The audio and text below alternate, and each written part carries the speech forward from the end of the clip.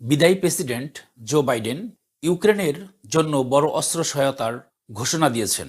$725 million এই package কি Russia Ukraine যুদ্ধের মোড় ঘুরিয়ে দেবে? আসুন বিস্তারিত জানি। রাশিয়ার আগ্রাসন মোকাবেলায় ইউক্রেনে আরও $725 মিলিয়ন অস্ত্র সহায়তা পাঠানোর পরিকল্পনা করেছে বাইডেন প্রশাসন।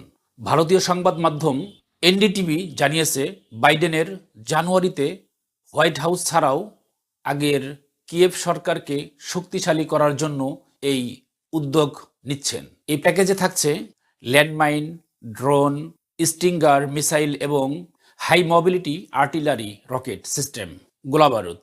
এছাড়াও রাশিয়ার সৈন্যদের রুখতে বিভিন্ন ট্যাঙ্ক বিরোধী অস্ত্র ও ক্লাস্টার যুদ্ধের অন্তর্ভুক্ত করা হবে বলে জানা গেছে।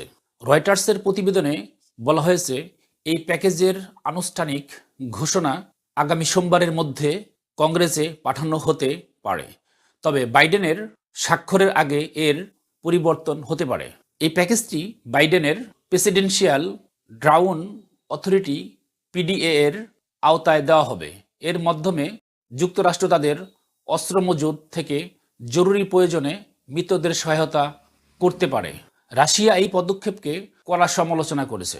রুশ প্রেসিডেন্ট পুতিন বিদেশি গোয়েন্দা প্রধান সের্গেই নারিস জানিয়েছে, রাশিয়া ইউক্রেনের সঙ্গে সাময়িক যুদ্ধবিরতির বিপক্ষে তাদের লক্ষ্য দীর্ঘমেয়াদী ও টেকসই শান্তি। এদিকে নিউ ইয়র্ক টাইমসের এক প্রতিবেদনে বলা হয়েছে, পশ্চিমা দেশগুলো ইউক্রেনকে পারমাণবিক অস্ত্র সহায়তা দেওয়ার বিষয়টি নিয়ে আলোচনা করছে। রাশিয়া এটি দায়িত্বজ্ঞানহীন হিসাবে আখ্যা দিয়েছে। ক্রেমলিন মুখপাত্র দিমিত্রি পেসকভ ধরনের পরিকল্পনার তীব্র সমালোচনা করেছে। ইউক্রেনকে দেওয়া এই অস্ত্র সহায়তা যুদ্ধের গতিপথ কতটা বদলাতে পারে?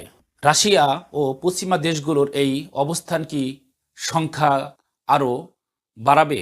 আপনাদের মতামত জানাতে ভুলবেন না এবং নতুন ভিডিও পেতে আমাদের চ্যানেলকে সাপোর্ট দিয়ে সাথে থাকুন। ধন্যবাদ।